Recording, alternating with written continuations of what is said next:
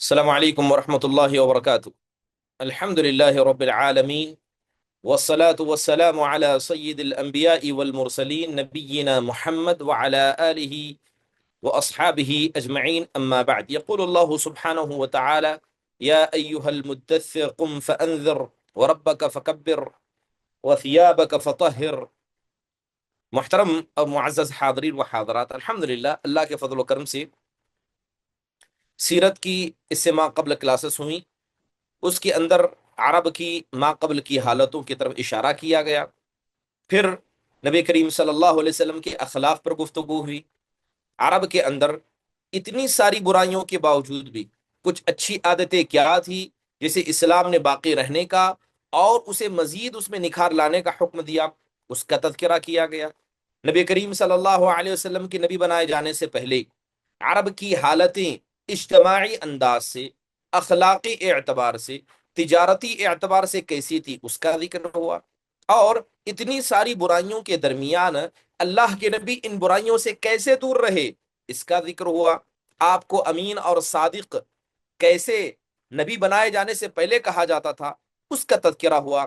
نبی صلی اللہ علیہ وسلم کی ولادت کا ہونا، حضرت حلیمہ سعدیہ کے گھر میں پروان چڑھنا، اور اس کے بعد دوبارہ نبی کریم صلی اللہ علیہ وسلم کی اپنی والدہ کی آغوش میں آ جانا، آپ کا جوان ہونا، تو بہت ساری باتوں کی طرف اشارہ ہوا۔ اور آخری درس جو ہوا تھا اس کے اندر بتایا گیا تھا کہ کس طرح اللہ تبارک و تعالیٰ نے جناب محمد الرسول اللہ صلی اللہ علیہ وسلم کو نبوت سے سرفراز کیا، اور نبی بنائے جانے کے بعد کیسی تبدیلیاں آپ کی زندگی میں آئی، اور آپ نے نبی بننے کے بعد کیا کیا، وہی لمبے وقت تک جو منقطع ہوئی اس میں آپ کی کیفیتیں کیسی تھی، اس کی طرف اشارہ کیا گیا۔ آج انشاءاللہ تعالی بتایا جائے گا کہ جب دوسری وحی یا ایھا المدثر یہ آیت کریمہ اتری تو اس کے ذریعے آپ کو تبلیغ کا حکم دیا جا رہا ہے۔ آپ علیہ الصلوۃ والسلام جس دعوت کو جان رہے تھے، پہچان رہے تھے، جس کے ذریعے آپ کو نبی بنایا گیا تھا، اب آپ کو اس کا مقصد سونپا جا رہا ہے کہ آپ کو تبلیغ کا حکم دیا جا رہا ہے۔ اور ظاہری بات ہے کہ جب آپ سارے معاشرے کے عقیدے کے خلاف جائیں گے، جن عقیدوں کو اپنے باپ داداؤں سے مانتے آئے ہیں، جسے حق اور سچ سمجھتے آئے ہیں، آپ ان کے خلاف جائیں گے تو اس کے نقصانات آپ کو دیکھنے پڑیں گے۔ انشاءاللہ تعالی اس کی طرف بھی اشارہ کیا جائے گا۔ سورۃ المدثر کی ابتدائی آیت میں اللہ نے کہا: یا ایھا المدثر قم فانذر، کیا اے کپڑے کو اوڑھنے والے تو کھڑے ہو جا اور اپنے رب کی طرف لوگوں کو بلانے والا بن جا۔ یہ آیتیں چلتے چلتے وَلِرَبِّكَ فَاصْبِرْ، یہاں تک کہ اللہ نے کہا کہ تم اپنے رب کے مسئلے میں صبر کو۔ میں گویا اللہ کے نبی علیہ الصلوۃ والسلام سے کہا جا رہا ہے کہ آپ ظاہری اعتبار سے تو اللہ تعالیٰ کے بندے بن جائیے، لیکن اس کے ساتھ ساتھ آپ کیا کریں، اس دعوت کو دل میں رکھتے ہوئے زبان کے ذریعے اس کو لوگوں کے ذریعے اس کو لوگوں تک پہنچائیں۔ لہذا یہ آیت کریمہ بہت سارے عظیم مقاصد اپنے اندر رکھتی ہے۔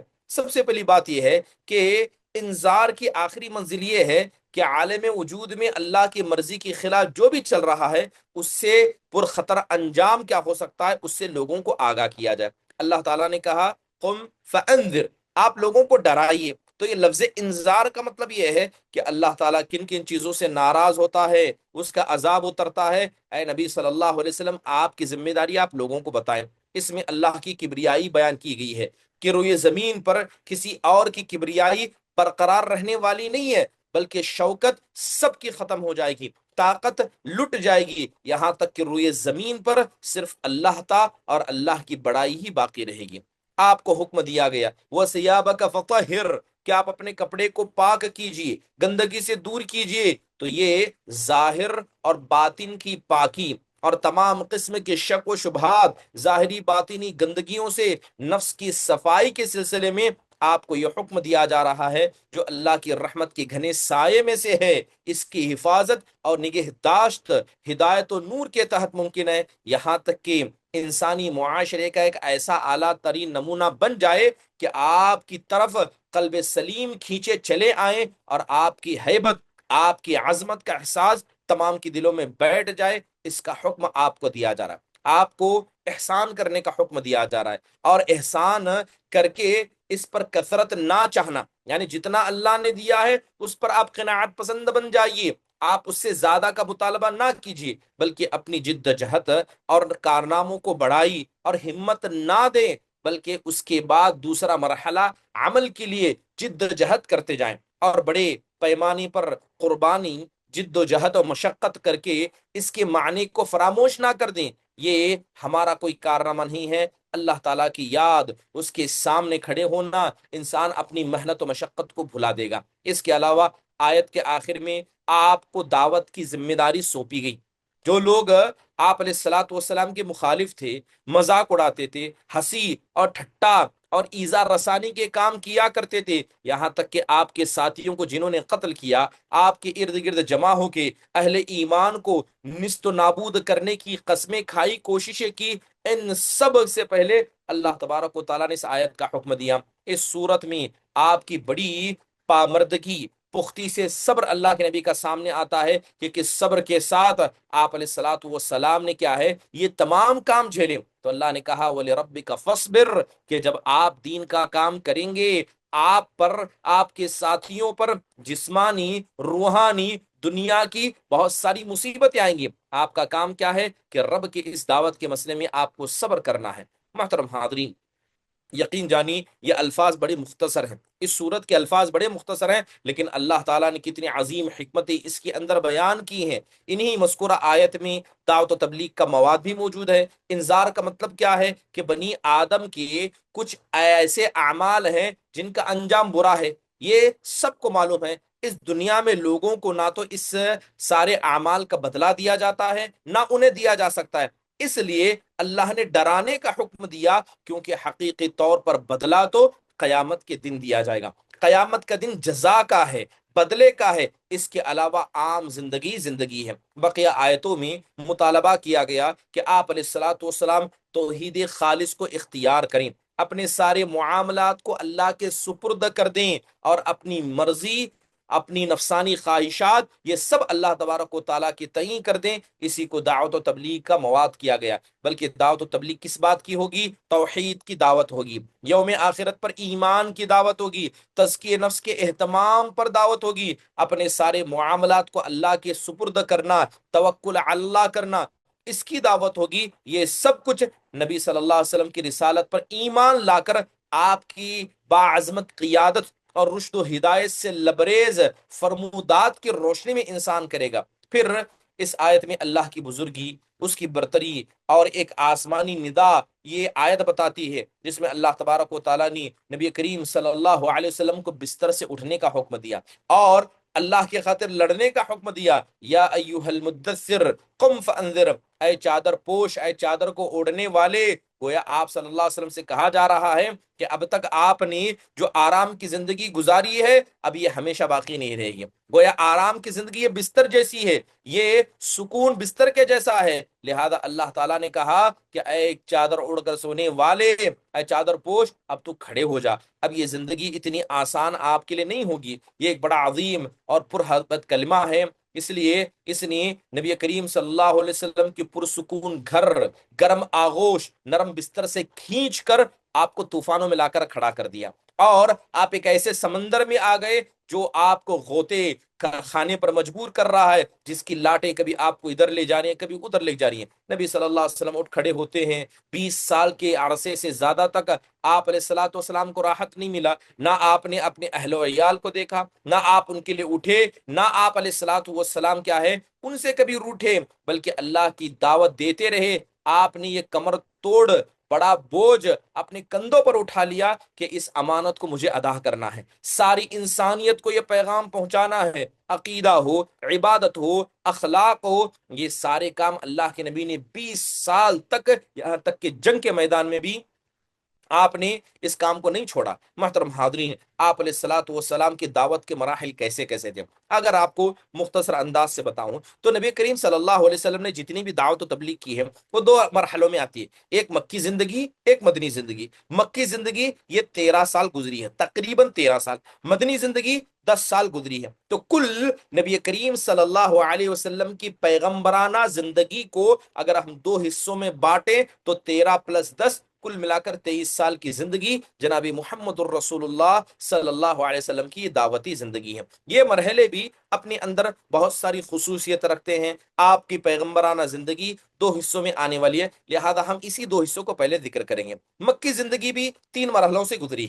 آپ علیہ الصلوۃ والسلام کی زندگی 2 مرحلوں میں، مکہ اور مدینہ۔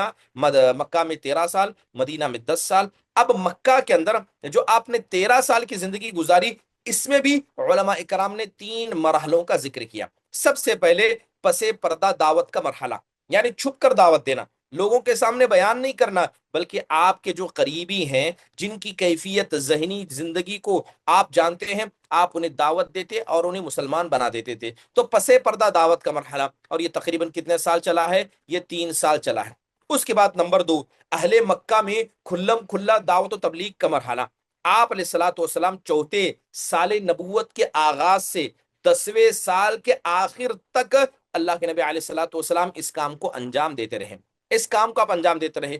تیسرا مرحلہ، مکے کے باہر اسلام کی دعوت کی مقبولیت اور اسلام کا پھیل جانا۔ 10ویں سال نبوت کے اواخر سے ہجرت مدینہ شروع ہوئی، اور اس کے بعد مدنی زندگی کی تفصیل بھی انشاءاللہ تبارک و تعالی آپ کے سامنے آئے گی۔ بات اگر ان 3 مرحلوں کی کریں جو مکہ میں رہتے ہوئے آپ علیہ الصلوۃ والسلام نے گزاری تھی، تو سب سے پہلے دعوت و تبلیغ کے لیے شروع کے 3 سال جس میں آپ نے چھپ کر دعوت دی ہے، جس میں آپ علیہ الصلوۃ والسلام نے کیا ہے، چھپ کر کام کیا ہے، خفیہ دعوت کی ہے، یہ آخر کار کیسی ہوئی؟ تو مکہ دین عرب کا مرکز تھا، یہاں کعبہ کے پاسبان بھی رہتے تھے، ان بتوں کے نگہبان بھی یہی تھے، اور عرب ان بتوں کی تقدیس کیا کرتی تھی۔ اس لیے آپ اگر دیکھیں کہ مکہ کا مقصد یہ ایسا تھا کہ آرام سے اصلاحی کام یہاں انجام دیا جا سکتا تھا۔ نبی کریم صلی اللہ علیہ وسلم پر مصائب ہو، مشکلات ہوں، یہ ضرور آنے والے تھے، لیکن اس کا مطلب یہ ہے کہ جہاں مصائب اور مشاکل آتے ہیں وہاں دعوت کا کام بھی اتنے زوروں سے ہوتا ہے، وہاں دعوت بھی اتنی تیزی سے پھیلتی ہے۔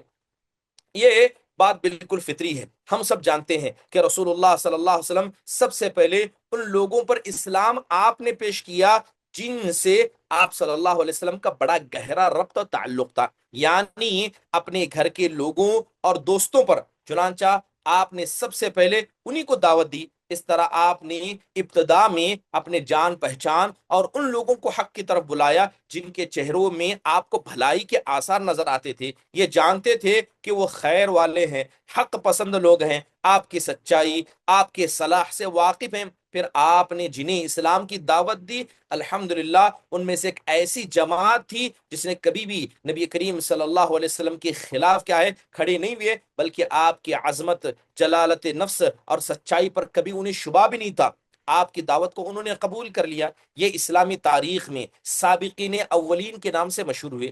ان کی اگر فہرست دیکھی جائے تو اس میں سب سے پہلے آپ کی بیوی اور مسلمانوں کی ماں ام المؤمنین حضرت خدیجہ بنت خویلد رضی اللہ عنہا کا نام آتا ہے۔ آپ کے آزاد کردہ غلام حضرت زید بن حارثہ بن شرحبیل کلبی رضی اللہ عنہ کا نام آتا ہے۔ آپ کے چچیرے بھائی حضرت علی بن ابی طالب بھی، پھر آپ کے زیر کفالت یہ بچے تھے، آپ کے یار غار حضرت ابوبکر صدیق رضی اللہ عنہم اجمعین، یہ سب کے سب پہلے ہی دن مسلمان ہو گئے تھے، یعنی جس دن آپ علیہ الصلوۃ والسلام کو دعوت کا حکم دیا جا رہا ہے اسی دن حضرت خدیجہ بھی مسلمان ہو جاتی ہیں، حضرت زید بن حارثہ بھی ہو جاتے ہیں، حضرت علی بھی رضی اللہ عنہ ہو جاتے ہیں، اور حضرت ابوبکر صدیق رضی اللہ عنہ، تقریباً یہ چاروں ایک دن میں مسلمان ہو جاتے ہیں۔ اس کے بعد حضرت ابوبکر نے اسلام کی دعوت میں یہ بھی سرگرم ہو گئے، وہ بڑے ہر دل عزیز، نرم خو، پسندیدہ مزاج کے، با اخلاق اور دریا دل انسان تھے۔ ان کے پاس ان کی مروت، دور اندیشی، تجارت، حسن صحبت کی کچھ ایسی خصوصیتیں تھی، چنانچہ ان تمام کا حضرت ابوبکر نے دعوت کے مسئلے میں بہترین استعمال کیا۔ ان کی کوششوں سے حضرت عثمان بن عفان رضی اللہ عنہ، حضرت زبیر، حضرت عبد الرحمن بن عوف، حضرت سعد بن ابی وقاص، حضرت طلحہ بن عبید اللہ، یہ سب مسلمان ہوئے، اور یہ بزرگ اسلام کے پہلا ایسا دستہ تھا جن کو اللہ کے نبی صلی اللہ علیہ وسلم نے جنت کا پروانہ سنایا تھا، اور یہ سب کس کے ہاتھ پر مسلمان ہوئے تھے؟ اللہ کے فضل کے بعد حضرت ابوبکر صدیق رضی اللہ عنہ کے ہاتھ پر مسلمان ہوئے۔ شروع میں جو لوگ اسلام لائے انہیں حضرت بلال حبشی بھی تھے، ٹھیک ہے. ان کے بعد اس امت کے امین حضرت ابو عبیدہ بن عامر بن جراح، ابو سلمہ بن ابو اسود، ارقم بن الارقم، عثمان بن معون، اور ان کے دو بھائی قدامہ اور عبداللہ، اور عبید اللہ بن حارث بن عبد المطلب بن مناف، ان کی بیوی حضرت عمر کی جو بہن فاطمہ بنت خطاب، حضرت خباب بن ارت، عبداللہ بن مسعود، اور دوسرے کئی افراد مسلمان ہوئے. یہ مجموعی طور پر قریش کے تمام مختلف گھرانوں سے تعلق رکھتے تھے. سیرت ابن ہشام نے ان کی تعداد 40 سے زیادہ بتائی ہے.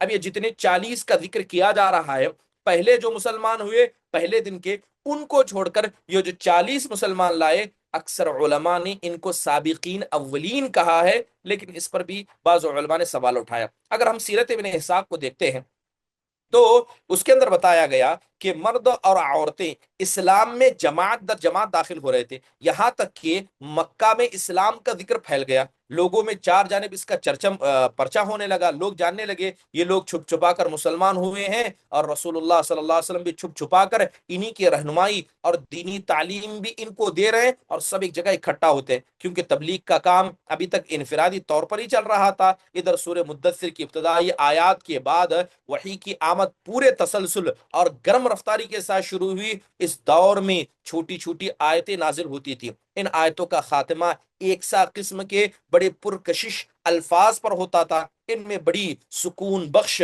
اور جاذبی قلب نغمگی ہوتی تھی جو انسان کے دل پر سکون اور رقت آمیز فضا کو بنا سکتی ہے. ان آیتوں میں تزکیہ نفس کی خوبیاں اور دنیا پرستی، بت پرستی اور خواہش پرستی کی برائیاں بیان کی گئی. جنت و جہنم کا نقشہ اس میں کھینچا گیا، گویا ایسے نقشہ کھینچا گیا کہ انسان ان کو اپنی آنکھوں سے دیکھ رہا ہے. ابتدا اگر شروعات کی بات کی جائے تو اس کے بعد نماز کا حکم اترتا ہے. محترم حاضرین، نماز کا حکم کا اترنا، قرآن قریش کا سب کو اس بات کا خبر چلنا، اور اس کے بعد نبی صلی اللہ علیہ وسلم کا ان 3 سالوں کے بعد کھلم کھلا دعوت کا اظہار کرنا، انشاءاللہ تعالی اس کے حوالے سے آئندہ سبق میں آپ کے سامنے ذکر کیا جائے گا. تو نماز کا مسئلہ ہوا اور قریش کو اجمالی خبر کا مسئلہ ہوا، آئندہ درس میں ذکر کیا جائے گا. اللہ تعالیٰ سے دعا ہے کہ اللہ سبحانہ و تعالیٰ ہم سب کو جناب محمد الرسول اللہ صلی اللہ علیہ وسلم کی سیرت کو پڑھنے، اور اسی طرح آپ کی سیرت سے تابندہ نقوش کو جاننے اور اس پر عمل کرنے، اور اسی طرح نبی کریم صلی اللہ علیہ وسلم کی سیرت کو خود سے مطالعہ کر کے دوسروں تک اس کو پہنچانے کی ہم سب کو اللہ تعالیٰ توفیق نصیب فرمائے. آمین. جیسے کہ آپ سب جانتے ہیں کہ درس کو وقت سے پہلے ختم کیا جا رہا ہے، کیونکہ کل آپ لوگوں کے سامنے اعلان کیا گیا تھا کہ فقہ کا جو ایک امتحان ہوا، اسی طرح تفسیر کا ایک جو امتحان ہوا، اس کا مقصد کیا تھا بتایا گیا. اس کا مقصد آپ لوگوں کو نمبر دینا، آپ کو آزمانا نہیں تھا، بلکہ بس یہ جاننا تھا کہ کتنے ایسے ہیں جو حقیقت میں ان کلاسوں سے فائدہ اٹھا کر نوٹس لکھ رہے ہیں اور امتحان میں شامل ہوں گے.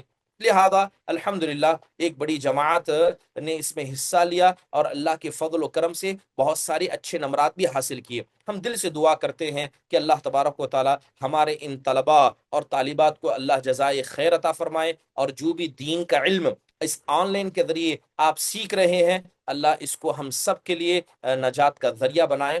آمین. ابھی انشاءاللہ تعالی آپ کے سامنے نتائج کا اعلان ہوگا. سب سے پہلے فضیلت الشیخ کیا ہے نتائج کا اعلان کریں گے، تفسیر کا نتائج کا اعلان کیا جائے گا. جیسے کہ اس سے پہلے آپ کے سامنے بتایا گیا تھا کہ جو سورہ ملک کا جو مدرس ہیں فضیلت الشیخ یاسر الجابری مدنی حفظہ اللہ، وہ پہلے نتائج کا اعلان کریں گے، اس کے بعد جو فقہ کا امتحان تھا اس کے نتائج کا اعلان میں کروں گا انشاءاللہ تعالی.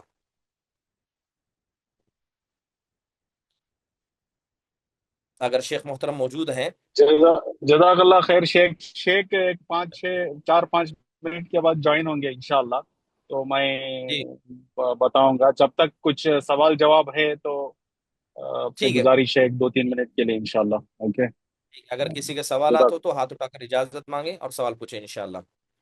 میں ویسے سب کو فورسفلی میوٹ کر رہا ہوں.